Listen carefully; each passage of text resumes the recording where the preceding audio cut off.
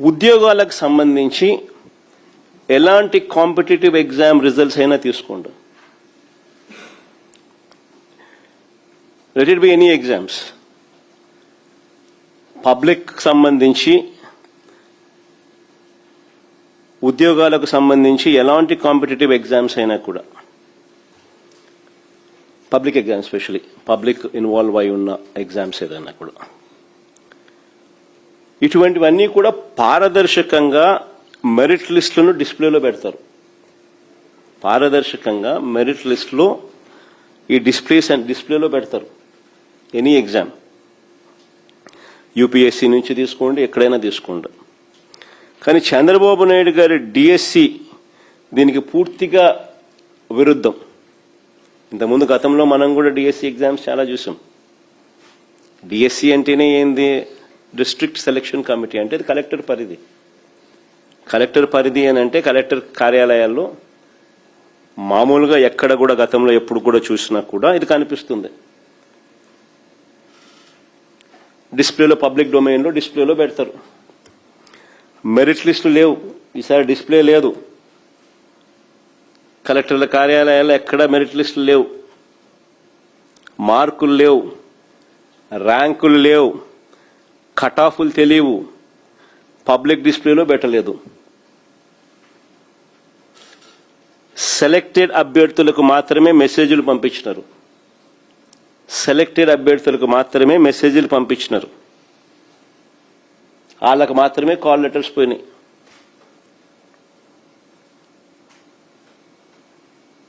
అసలు డిఎస్సి అంటేనే ఇంతకుముందు నేను చెప్పిన డిస్ట్రిక్ట్ సెలక్షన్ కమిటీ అంటే జిల్లా స్థాయిలో కలెక్టర్ల నేతృత్వంలో జరిగేది.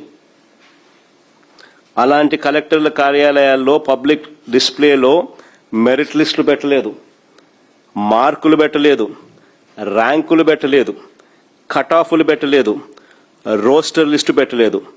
మొత్తం ప్రక్రియ అంతా సెంట్రలైజ్ చేసినారు. మొత్తం ప్రక్రియ అంతా సెంట్రలైజ్ చేసినారు. ఆన్లైన్ అని ఒక పేరు పెట్టినారు. మొత్తం ప్రక్రియనంతా సెంట్రలైజ్ చేసినారు. దానికి ఆన్లైన్ అని చెప్పి పేరు కూడా పెట్టారు. నిజంగా ఈ మాదిరిగా ఆన్లైన్ అని పేరు పెట్టి కన్ఫ్యూజన్ క్రియేట్ చేసి ఈ మాదిరిగా లిస్టులలో ఏది కూడా మెరిట్ లిస్టులు లేవు, మార్కులు లేవు, ర్యాంకులు లేవు, కట్ ఆఫ్లు లేవు, రోస్టర్లు లేవు, డిస్ప్లే లేదు, ఇవేవి కూడా కలెక్టర్ల కార్యాలయాలలో లేకుండా ఆన్లైన్ అని చెప్పి తీసుకొచ్చి సెంట్రలైజ్డ్ చేసి పిల్లలకి ఎవరికైనా డౌట్లు వస్తే కలెక్టర్ల కార్యాలయానికి పోతే వాళ్ళు ఏమంటారు? పైకి పోండి, మాకు సంబంధం లేదని వీళ్ళు అంటారు. ఆ నుంచి ఖర్చులు పెట్టుకొని అన్ని కింద మీద పడి వాళ్ళు ఇక్కడికి వచ్చినారనుకో, ఇక్కడికి వస్తే ఇక్కడేమంటారు? మాకు సంబంధం ఉంది, కలెక్టర్ కార్యాలయానికి పోండి అంటారు. ఇది జరిగింది. ఇలాంతా ఎంతో మంది పిల్లలు ఎన్నో సందర్భాలు తిరిగినారు.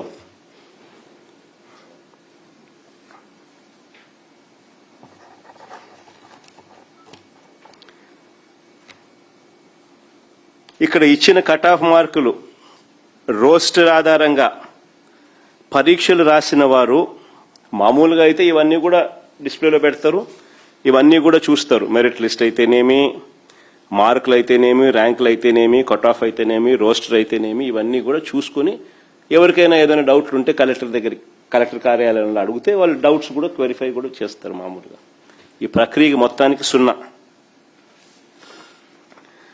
చివరికి ఏం చేసినారు? వాళ్ళకు మాత్రమే, సెలెక్టెడ్ పీపుల్కి మాత్రమే మెసేజ్లు పోయినాయి, వాళ్ళకు మాత్రమే కాల్ లెటర్స్ వచ్చినాయి. సరే, సెలెక్టెడ్ లిస్టులో ఉన్న వాళ్లకు కాల్ లెటర్స్ వచ్చినాయి, అది 1:1. అంటే ఒక ఉద్యోగానికి ఒకరిని మాత్రమే పిలిచినారు. అంటే నువ్వు సెలెక్ట్ అయినావు అనే కదా దాని అర్థం. Subject to the condition that your documents are authentic and genuine. మీ డాక్యుమెంట్లు అన్నీ కూడా జెన్యున్, ఆథెంటిక్ అయితే మీరు సెలెక్ట్ అయినట్టే కదా. 1:1 పద్ధతిలో పిలిచినారంటే దాని అర్థం. అక్కడ రూల్ నెంబర్ 20 కూడా చూడండి ఒకసారి. 1:1 పద్ధతిలో కాల్ లెటర్లు ఇచ్చి రూల్ నెంబర్ 20 కూడా అదే చెప్తుంది. ఇది సెలక్షన్ రూల్స్. ఈ సెలక్షన్ రూల్స్లో ఒకసారి గమనిస్తే సెలక్షన్ రూల్స్లో కూడా క్లియర్ కట్గా రూల్ నెంబర్ 20 ఇదే చెప్తుంది. గమనిస్తే దాంట్లో క్లియర్ కట్గా ఏమని చెప్తా ఉన్నారు, డిస్ట్రిక్ట్ సెలక్షన్ కమిటీకి సంబంధించిన రూల్స్ క్లియర్గా కూడా రాస్తూ లాస్ట్ 6th పాయింట్ చూడము ఒకసారి. If the certificates are not found to be genuine అంటే సర్టిఫికెట్ ఆఫ్ వెరిఫికేషన్ అంటే పైన ఏమని రాసినారు, district selection committee shall prepare the merit cum roster list as per the rosters available, notified duly, observing the rules, orders issued by the government from time to time. అంటే అన్ని rules పరిగణలోకి తీసుకొని అన్ని జీవోలను కూడా పరిగణలోకి తీసుకొని district selection committee shall prepare the merit cum roster list. Number 1. With regard to the reservations of meritorious sports persons, the rules issued by GO number 4, youth advancement, tourism and culture, sports dated 19/4/2025, read with GO number MS number 47. అంటే ఆ rules ను కూడా పరిగణలోకి తీసుకొని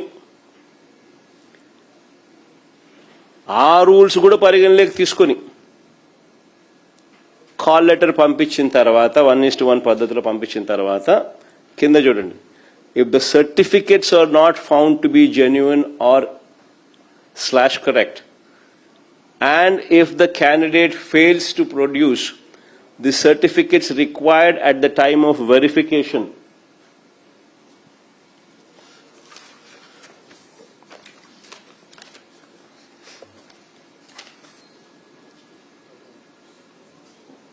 such candidates shall forego the right of selection and the next eligible candidate shall be considered for certificate verification. Otherwise ఇచ్చేయాల, otherwise ఉద్యోగం ఇచ్చేయాల, అంతే కదా. వెరిఫికేషన్ ప్రాసెస్ రాసినారు, 1:1లో కాల్ లెటర్లు ఇచ్చి పిలిచినారు, వెరిఫికేషన్ ప్రాసెస్లో క్లియర్గా రాసినారు,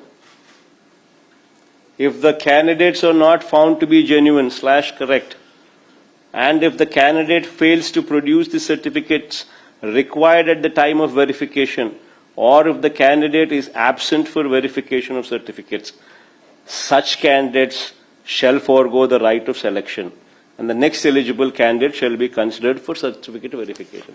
And otherwise, if the certificates are genuine, then he is bound to get a job. అంతే కదా. ఇలా 1:1లో కాల్ లెటర్లు పిలిచి వెరిఫికేషన్కు రమ్మని చెప్పి క్యాండిడేట్లను రమ్మని చెప్పి, దీని అర్థం ఏమిటి? దీని అర్థం ఒక పోస్టుకు ఒక అభ్యర్థినే కదా దీని అర్థం. ఎందుకంటే ముందుగానే government merit, rooster, vertical reservations, ఇక్కడ రాస్తున్నారు చూడు హారిజాంటల్ రిజర్వేషన్స్, ఇవన్నీ చూసిన తర్వాతే కదా కాల్ లెటర్ జారీ చేశారు. క్లియర్ కట్గా ప్రొసీజర్లో కూడా రాసినారు, రూల్ నెంబర్ 20 ప్రొసీజర్లో కూడా క్లియర్గా రాసినారు. The district selection committee shall prepare the merit cum roster list as per the rosters available, notified duly observing the rules, orders by the government from time to time. అంటే అన్ని జీవోలు చూసిన తర్వాత they will issue the prepare the merit cum roster list అంటే selected list. ఇవన్నీ కూడా జీవోలు అన్ని కన్సిడర్ చేస్తాయి. సో గవర్నమెంట్ దగ్గరనే ముందుగానే మెరిట్ ఉంది, మెరిట్ లిస్ట్ ఉంది, రోస్టర్ లిస్ట్ ఉంది, వర్టికల్ రిజర్వేషన్స్ ఉన్నాయి, హారిజాంటల్ రిజర్వేషన్, ఇవన్నీ చూసిన తర్వాతనే కాల్ లెటర్లు జారీ చేశారు 1:1 బేసిస్లో. ఎందుకనంటే క్యాండిడేట్స్కి ఎన్ని మార్కులు వచ్చాయో వీళ్ళకి తెలుసు కాబట్టి వారు ఓపెన్లోకి వస్తారా, ఓపెన్లోకి రారా, లేదా రిజర్వేషన్లోకి వస్తారా లేదా అన్నది వారికి తెలుసు కాబట్టి వర్టికల్ రిజర్వేషన్స్ వాళ్ళకు తెలుసు కాబట్టి, హారిజాంటల్ రిజర్వేషన్స్ వాళ్ళకు తెలుసు కాబట్టి, ఎన్ని ఓసీ పోస్టులు ఉన్నాయో వాళ్ళకు తెలుసు కాబట్టి, ఎన్ని ఎస్సీ, ఎన్ని ఎస్టీ, ఎన్ని బీసీ, ఎన్ని ఈడబ్ల్యూఎస్ పోస్టులు ఉన్నాయో కూడా వాళ్ళకు తెలుసు కాబట్టి, ఉమెన్స్ కేటగిరీ కింద ఎన్ని పోస్టులు ఉన్నాయో కూడా వాళ్ళకు తెలుసు కాబట్టి, స్పోర్ట్స్ కోటా కింద, దివ్యాంగుల కోటా కింద, ఎక్స్ సర్వీస్ మ్యాన్ కోటా కింద ఎన్ని పోస్టులు ఉన్నాయో కూడా వాళ్ళకు తెలుసు కాబట్టి,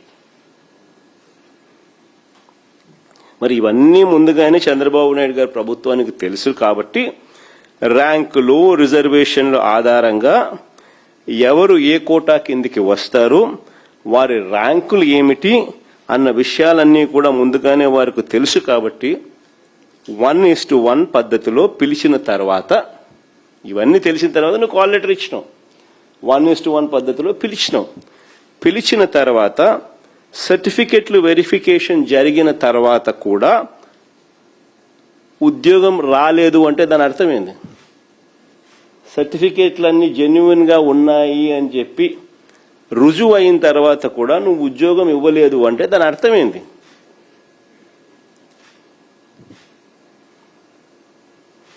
ఎవరి కోసం వీళ్ళని డ్రాప్ చేశారు?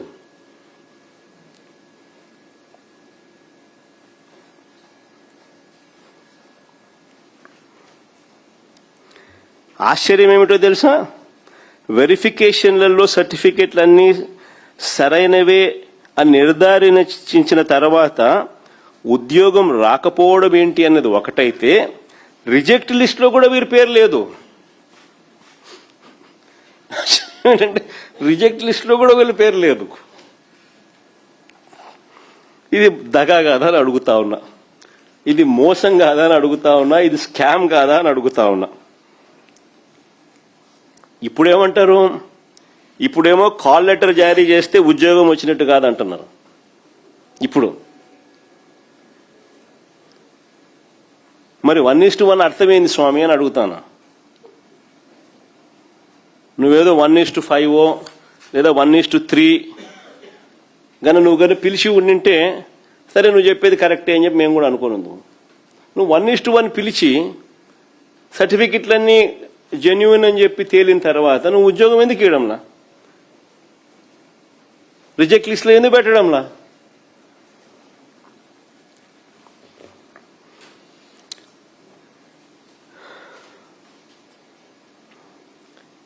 నిజంగా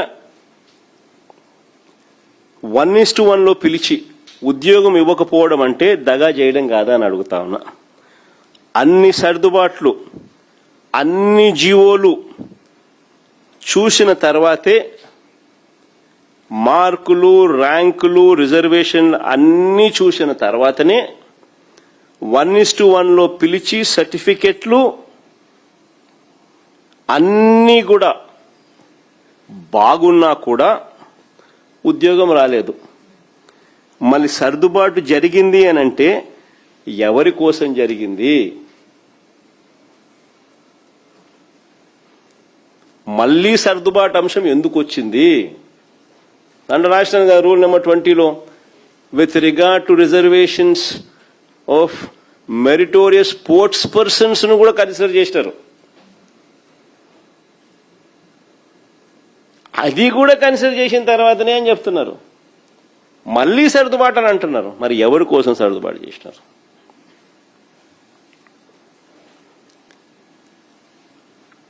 ఇంకొక అడుగు ముందుకేద్దాం.